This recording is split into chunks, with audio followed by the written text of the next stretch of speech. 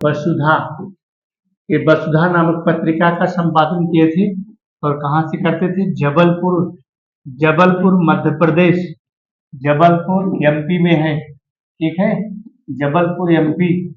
हरिशंकर परसाई वसुधा नामक पत्रिका का प्रकाशन करते थे और यह पत्रिका कहाँ है? जबलपुर मध्य प्रदेश। नोट करना। आज हम इनके जितने भी गद्यांश हैं सबकी व्याख्या करेंगे, ठीक है। गद्यांश पे यहाँ पर आपको 10 अंक मिलेंगे दोस्तों, 10 में 10 की बात है, तो 10 में 10 आपको कैसे मिलेंगे वो तरीका बताएंगे। अगर आप नहीं भी कर पाते हैं, अगर आपने पाठ का नाम पकड़ लिया तब भी आप 10 अंक ले सकते हैं। कैसे ले सकते हैं मैं आपको तरीका बताऊंगा। तो इन्होंने जबलपुर से जो है वसुधा नामक पत्रिका का प्रकाशन, 1 नंबर इसको नोट कर लेना क्योंकि यह तुम्हारे ऑब्जेक्टिव प्रश्नों में पूछ सकता है। जो 5 नंबर गद्यांश के आते हैं, 5 नंबर पद्यांश में जो पहला क्वेश्चन होगा वहां से इस प्रश्न को बना सकता है कि वसुधा नामक पत्रिका किसकी है, या फिर कविवचन सुधा नामक पत्रिका, या फिर हंस पत्रिका, या फिर कादम्बनी पत्रिका। जो बहुत सारी पत्रिकाएं हैं उनका प्रकाशन किसके द्वारा और कहाँ से होता था, कब होता था, तो इसको आपको ध्यान में रखना है। तो हमारे कौन है? हरिशंकर परसाई जी हैं। चलो ठीक है। और इनके कुछ निबंध संग्रह हैं। क्या है? तब की बात और थी। क्या है दोस्तों? चलो यहीं पर लिख देते हैं, थोड़ा सा ऊपर आपको दिखाई पड़ेगा। 1-2 निबंध लिख लीजिए। क्या है दोस्तों? तब की बात और थी, तब की बात, तब की बात और थी, यानी कि निबंध है, ठीक है। और अगला है भूत के पांव पीछे। क्या है? भूत के पांव पीछे, यानी कि निबंध है। और या तो निबंध लिखा ही है जो हम निंदा रस पढ़ रहे हैं, या तो इनका निबंध है ही। और अगला है पगडंडियों का जमाना। क्या है? पगडंडियों का जमाना, पगडंडियों, पगडंडियों का जमाना, पगडंडियों का जमाना है। निंदारस हो गया। तब की बात और थी, भूत के पांव पीछे, पगडंडियों का जमाना। यह इनके क्या है? ऐतिहासिक इनके क्या है? और शिकायत मुझे भी है। क्या? शिकायत मुझे भी है, शिकायत निबंध है इनके। शिकायत मुझे भी है, शिकायत मुझे भी है, या हरिशंकर परसाई के निबंध माने गए हैं। तब की बात और थी, भूत के पांव पीछे, पगडंडियों का जमाना, निंदा रस हो गया, और शिकायत मुझे भी है। तो आते हैं हम ठीक इनके एक्सप्लेन पर। एक्सप्लेन हम कैसे करेंगे? चलो भाई एक्सप्लेन पर आते हैं। गद्यांश को आप पढ़िएगा। प्रस्तुत गद्यांश हमारी पाठ्य पुस्तक, यहाँ आते हैं हम सीधे गद्यांश को पढ़ लीजिएगा। गद्यांश के लेखक एवं पाठ का नाम प्रस्तुत गद्यांश हमारी पाठ्य पुस्तक हिंदी के निंदा रस नामक पाठ से उत्तरित है, और इसके हमारे लेखक कौन है? हरिशंकर परसाई जी हैं। अगला है ईर्ष्या द्वेष की, ईर्ष्या द्वेष की भावनाओं से मित्र से कैसे गले मिलना चाहिए। बहुत प्रसिद्ध प्रश्न है। ईर्ष्या द्वेष की भावनाओं से युक्त है, दोस्त से कैसे मिलना चाहिए। जिस प्रकार से देखिए यहाँ पर छल का धृष्टराज जब आलिंगन करे तो पुतला ही आगे बढ़ाना चाहिए। अर्थात जब भीष्म का पत्थर का डुप्लीकेट पुतला लेकर के भगवान कृष्ण और भीष्म धृष्टराज के सामने गए थे, जो कि भीष्म तो अंधे थे, उनकी आंख पे पट्टी बंधी थी, और वही पत्थर का जो पुतला था उसी को मोटा सा पुतला था, भीम की तरह बनाए थे, और धृष्टराज को गले से लगा दिया। और धृष्टराज के अंदर तो ईर्ष्या की द्वेष भरा हुआ था, और उस पत्थर के टुकड़े को चूर चूर कर दिया था। दोस्तों इसी तरह जो है ईर्ष्या दोष की भावनाओं से युक्त मित्र से इसी प्रकार से गले मिलना चाहिए, ठीक है। ध्यान रखना इसको, बहुत महत्वपूर्ण बात है यहाँ पर। अगला है लेखक ने किस प्रकार व्यंग्य किया है। लेखक ने प्रस्तुत गद्यांश में किस भाव को व्यक्त किया गया है। तो प्रस्तुत गद्यांश में किस भाव को व्यक्त किया गया है? यहाँ पर जो भाव व्यक्त किया गया है वो सिर्फ ईर्ष्या और द्वेष के भाव को व्यक्त किया गया है, ठीक है। प्रस्तुत गद्यांश में ईर्ष्या और द्वेष के भाव को व्यक्त किया गया है, क्योंकि यहाँ पर लिखा भी है कि पुतले को अखबार दे देते हैं, और जब उससे अलग होते हैं तो उसको धृतराष्ट्र अपने गले से आलिंगन करके उस पत्थर के टुकड़े को चूर चूर कर देते हैं। लेखक ने किस पर व्यंग किया है? व्यंग किया है निंदा पर व्यंग किया है। ठीक है, गद्यांश के रेखांकित अंश की व्याख्या, जो यहाँ पर रेखांकित अंश दिया गया है इसी को आपको लिखना है कि धृतराज छल का धृतराज जब आलिंगन करे तो पुतला ही आगे। कहने का मतलब है जब कोई छली व्यक्ति को, ईर्ष्याल व्यक्ति को, प्रसन्नतापी व्यक्ति को, तो उसके सामने वैसा ही बर्ताव करना चाहिए जिस प्रकार से भीम और कृष्ण ने धृतराज के साथ किया था, क्योंकि उन्होंने पत्थर का एक डुप्लीकेट पुतला ले जाकर के धृतराज के सामने खड़ा कर दिया, क्योंकि धृतराज के अंदर ईर्ष्या और द्वेष भरी हुई थी और उस क्रोध में, उस द्वेष और ईर्ष्या में उस पत्थर के टुकड़े को उन्होंने चूर चूर कर दिया। दोस्तों अगले गद्यांश पर आते हैं यहाँ से। ठीक है, प्रस्तुत यहाँ पर पूछा गया है गद्यांश का संदर्भ लिख लो। प्रस्तुत गद्यांश हमारी पाठ्य पुस्तक हिंदी के निंदारस नामक पाठ से अवतरित है। उसके हमारे लेखक कौन है? हरिशंकर परसाई जी हैं। निर्दोष मिथ्यावादी लोग कौन होते हैं? निर्दोष और मिथ्यावादी, निर्दोष का मतलब होता है जिसका कोई दोष ना हो, मिथ्यावादी का होता है झूठ बोलने वाला, बेईमान, उसको कहते हैं। तो लोग ऐसे होते हैं, देखिए यहाँ पर आते ही झूठ बोला, कमबख्त कल का आया, यह मुझे मेरा मित्र बता गया। तो जो कहने का मतलब है निर्दोष और मिथ्यावादी लोग कौन होते हैं? अरे जो झूठ बोलते हैं, निर्दोष तो वो होते हैं जिनका कोई दोष नहीं होता है, लेकिन मिथ्यावादी वे लोग होते हैं जो बार बार झूठ बोलते रहते हैं, दिन भर हजारों सैकड़ों झूठ बोलते हैं, उनकी एक भी बात सत्य नहीं होती है। इसीलिए वो कहा गया है मिथ्यावादी तो झूठा है, तो वो बेईमान है, तुम्हारी एक बात की कद्र नहीं है, तुम्हारे बोलने की अक्ल नहीं है। उपरोक्त गद्यांश में लेखक ने किस प्रसंग का उल्लेख किया है? यहाँ पर निर्दोष और मिथ्यावादी लोगों का यहाँ पर इसमें वर्णन किया है। देखो यहाँ झूठ बोलते हैं, देखो यहाँ आदतन प्रकृति के वशीभूत, यहाँ पर देखो बड़े निर्दोष मिथ्यावादी होते हैं, आदतन प्रकृति के वशीभूत झूठ बोलते हैं, उनके मुख से निष्प्राण निष्प्रयोजन झूठ ही निकलता है। यहाँ पर कहने का मतलब है कि जो निर्दोष और मिथ्यावादी लोग होते हैं, मिथ्यावादी मतलब मिथ्या गलत शब्दों का प्रयोग करना, झूठ बोलना, दिन भर बेईमानी करना। उपयुक्त गद्यांश में लेखक ने किस प्रसंग का वर्णन किया है? तो यहाँ पर जो है मिथ्यावादी और झूठ बोलने वाले लोगों का वर्णन किया है। अगले पर चलते हैं। अगला क्वेश्चन हमारा क्या कहता है? इसी का दो क्वेश्चन हो रहे। गद्यांश किस शैली में है? व्यंग्यात्मक शैली में है। किस शैली में है दोस्तों? पूरा पाठ नोट करना, व्यंग्यात्मक शैली में है। ठीक है, व्यंग्यात्मक शैली में है, या जो है व्यंग्यात्मक शैली में निंदा रस व्यंग्यात्मक शैली में लिखा गया है। कहीं भी पूछे नोट करना, व्यंग्यात्मक शैली में है। गद्यांश के रेखांकित अंश की व्याख्या कर लोगे शब्द को, अगर आपको आता है तो व्याख्या कार्य अच्छे से कर देना, नहीं आता है तो दो चार शब्द इधर से उधर बदल करके व्याख्या को करना, लेकिन व्याख्या को छोड़ना मत, इसको ध्यान रखना। अगर व्याख्या को छोड़ दिया तो आप अपने नंबर का नुकसान करोगे। ये अगला गद्यांश है। ठीक है, और यहाँ क्वेश्चन पर आते हैं, क्योंकि गद्यांश को पढ़ेंगे तो टाइम बहुत ज्यादा लगेगा। प्रस्तुत गद्यांश के लेखक प्रमुख पाठ का नाम। प्रस्तुत गद्यांश हमारी पाठ्य पुस्तक हिंदी के प्रस्तुत गद्यांश हमारी पाठ्य पुस्तक हिंदी के निंदारस नामक पाठ से अवतरित है, और इसके लेखक हमारे कौन है? हरिशंकर परसाई जी हैं। लेखक ने किसका उदाहरण आरा मशीन से दिया है? आरा मशीन जो लकड़ी काटने वाली मशीन होती है। आओ भाई गद्यांश में देखते हैं। ठीक है, किसका दिया है?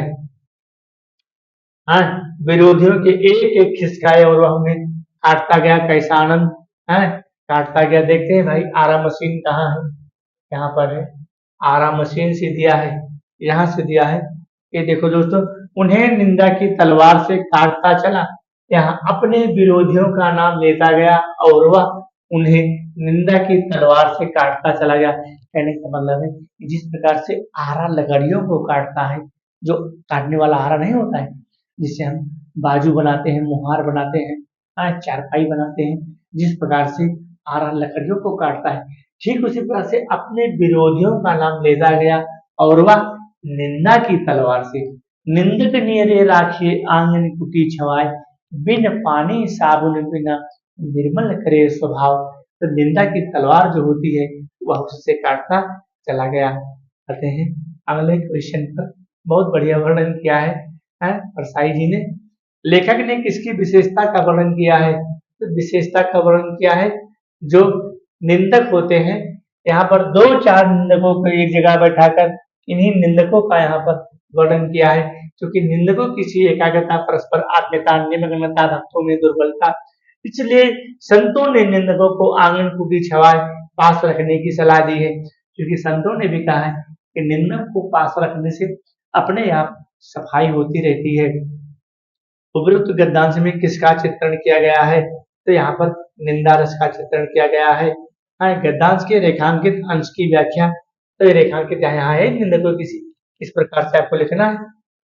निंदकों की एकाग्रता, जो निंदक होते हैं एकाग्र होकर के बुराई करते हैं और इस प्रकार से बुराई करते हैं कि सामने सुनने वाला उसको पता भी नहीं चलता है कि यह सही कह रहा है कि झूठ कह रहा है। बहुत ही सावधानी और बिल्कुल दिल खुशी के साथ बुराई में लगे रहते हैं। तो निंदकों की एकाग्रता, परस्पर आत्मीयता, निबद्धता, भक्तों की दुर्बलता, इसलिए संतों ने निंदकों को आंगन की छवाए पास रखने की बात कही है।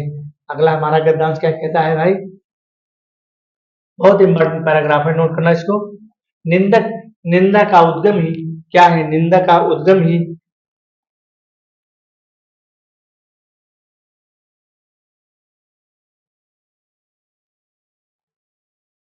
निंदा का उद्गम ही हीनता और कमजोरी से होता है। मनुष्य अपनी हीनता से डरता है, वह दूसरों की निंदा करके ऐसा अनुभव करता है।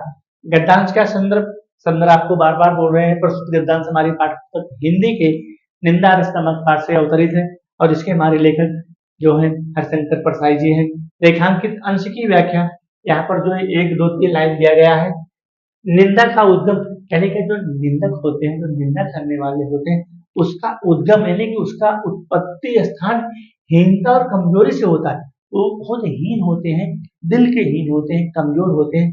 तो निंदा का जो निंदक होते हैं, जो निंदा करने वाले होते हैं, उसका स्थान यानी कि जो नीच व्यक्ति होते हैं, जो घृणित व्यक्ति होते हैं, जो कटु व्यक्ति होते हैं, जो आलोचक व्यक्ति होते हैं, उन्हीं के हृदय से, उन्हीं के मन से निंदा का उद्गम होता है। मनुष्य अपनी हीनता से दबता है। अगर वो हीन है, बेईमान है, निकृष्ट है, निर्लज्ज है, उससे दबता भी है और वह दूसरों की निंदा करके ऐसा अनुभव करता है कि वह सबसे अच्छे कार्य को कर रहा है। इस प्रकार से दोस्तों आपको उसको और उसके अहम की तुष्टि भी होती है। और जो निंदक होता है वो जब बार बार निंदा करता रहता है तो उसके ऐसा महसूस होता है कि मैं अच्छे कार्य को कर रहा हूँ। इस प्रकार से आपको इसका जो है एक्सप्लेन कर देना है। फिर भी नहीं आता है तो 1-2 शब्दों को बदल करके सेम टू सेम उतार देना, आपको पूरे 2 अंक मिल जाएंगे। निंदा की प्रवृत्ति कब बढ़ती है? अरे निंदा की प्रवृत्ति बढ़ती है, जानते हो कब बढ़ती है? जब निंदा अपने आप, देखो जो जो निंदा की प्रवृत्ति बढ़ती जाती है, कठिन कर्म ही ईर्ष्या, द्वेष और उससे निंदा को मारता है। कहने का मतलब है जो जो कर्म क्षीण होता जाता है, जो हम कर्म कर रहे हैं प्यारे, जैसे हम आपको अच्छा पढ़ाने का कार्य कर रहे हैं, अब तो आपको आपका भी कर्म है कि आप अच्छा ग्रहण करने की कोशिश करो। तो हम जैसा कर्म करेंगे वैसे ही चीजें, तो यहाँ पर लिखा है कि जो जो कर्म क्षीण होता जाता है, अगर हम खराब कर्म करेंगे, गलत कर्म करेंगे तो क्या होगा? हमारी त्यों तो निंदा बढ़ती चली जाएगी। जब हम अच्छा कर्म करेंगे, अच्छा परिश्रम करेंगे, मेहनत करेंगे, ईमानदारी से करेंगे, हमारा कर्म अपने आप ऊंचा होता चला जाएगा। समाज में, घर में, परिवार में, देश में नाम होगा। जैसे राष्ट्रपिता थे भगत सिंह, थे जवाहरलाल नेहरू, थे चंद्रशेखर आजाद थे, ये सब अच्छे कर्म किया, अपने प्राणों की आहुति दी, प्राणों का बलिदान कर दिया। वही यहाँ पर है। देवताओं को भय क्यों बना रहता है? अरे देवताओं को भय क्यों बना रहता है भाई? वो तो देवता है, उनको है अकारणता में उन्हें अप्रतिष्ठित होने का भय बना रहता है। ठीक है, इसलिए कर्मी मनुष्यों से उन्हें ईर्ष्या होती है। निंदा का उद्गम कब होता है? निंदा का उद्गम हीनता और कमजोरी से होता है। देखो, निंदा का उद्गम हीनता और कमजोरी से होता है। दोस्तों यहाँ पर आपको लिख देना है, कर्म क्षीण होने पर किसकी प्रवृत्ति बढ़ती है? कर्म क्षीण होने पर निंदा की प्रवृत्ति बढ़ती है। किसकी प्रवृत्ति बढ़ती है? यहाँ पर देखिएगा, कर्म क्षीण होने पर किसकी प्रवृत्ति बढ़ जाती है? जब आदमी का कर्म क्षीण होता है तो उसकी निंदा करने की प्रवृत्ति, उसकी झूठ बोलने की प्रवृत्ति, उसकी बेईमानी करने की प्रवृत्ति और बढ़ती चली जाती है। जैसे दारू की नशा होती है, एक पैक दारू लगाओ, अभी यार एक और मिल जाए तो और आनंद आएगा। वो इस पर ठीक उसी प्रकार से है। तो निंदा का उद्गम किससे होता है? निंदा का उद्गम हीनता और कमजोरी से होता है। ये देखो आपके क्या है? निंदा का उद्गम हीनता और कमजोरी से होता है। आपके क्या ध्यान में ही दिया गया है। देवताओं को कर्मी मनुष्य से क्यों ईर्ष्या होती है? अरे देवताओं को कर्मी मनुष्य से, जो अच्छा कर्म करने वाले होते हैं, तो देवता तो यही सोचते हैं कि सारे लोग पागल बन जाए, हीन बन जाए, बेईमान बन जाए, निकृष्ट बन जाए, है, तो हमको जल्दी से पृथ्वी लोक से उठा लाए और यहाँ पर उनको मारे, धाड़े सजा दे। ठीक है, अगला गद्दांश है दोस्तों। संदर्भ आप जान ही रहे हो, प्रस्तुत गद्दांश हमारी पाठ्य पुस्तक हिंदी के है निंदारस नामक पाठ से अवतरित है और इसके लेखक हमारे कौन है? हरिशंकर परसाई जी हैं।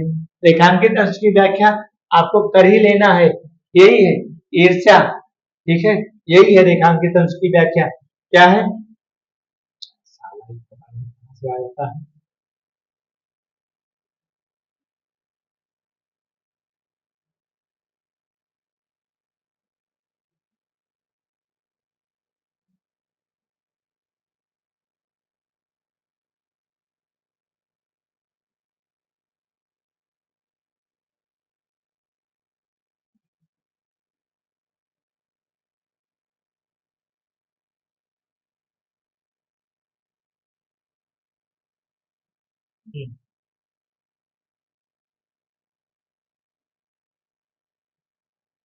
ईर्ष्या द्वेष से प्रेरित निंदा भी होता है, लेकिन हमें उसमें मजा नहीं आता। और चलो यहाँ पर आते हैं, क्वेश्चन पर आते हैं यहाँ पर।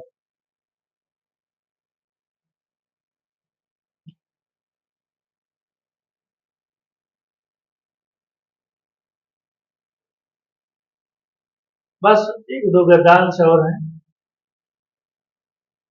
निंदा कुछ लोगों की पूंजी होती है। निंदा किसी पूंजी होती है? कुछ लोगों की पूंजी होती है। कुछ लोगों की प्रतिष्ठा का आधार क्या होता है? निंदा होता है। लंबा चौड़ा व्यापार उसी से फैलाते हैं। सत्य कल्पित कलंक कथा का अर्थ है। सत्य कल्पित कलंक, जो सत्य कथाएं होती है। रेखांकित अंश की व्याख्या इसको कर दोगे कि निंदा कुछ लोगों की पूंजी होती है, अर्थात जब तक वो निंदा चुगली बुराई गांव में समाज में जाके नहीं करते तो उनके अंदर पानी भोजन नहीं पचता है। पाठ का शीर्षक और लेखक का नाम प्रस्तुत गद्दांश हमारी पाठ्य पुस्तक हिंदी के, प्रस्तुत गद्दांश हमारी पाठ्य पुस्तक हिंदी के है निंदारस नामक पाठ से अवतरित है। इस प्रकार से यहाँ पर दोस्तों मेरा यह पाठ पूरा होता है, जो हमारा निंदारस है। इस प्रकार से आप इन सब चीजों को लिख सकते हैं प्यारे। ठीक है, ये है, ये बहुत इंपॉर्टेंट पैराग्राफ है दोस्तों, ध्यान रखना। मैं जो ये बता रहा हूँ, ये परीक्षा की दृष्टि से बार बार यह प्रश्न पूछा जाता है। इसको नोट करना, बार बार यह प्रश्न पूछा जाता है, ये प्रश्न।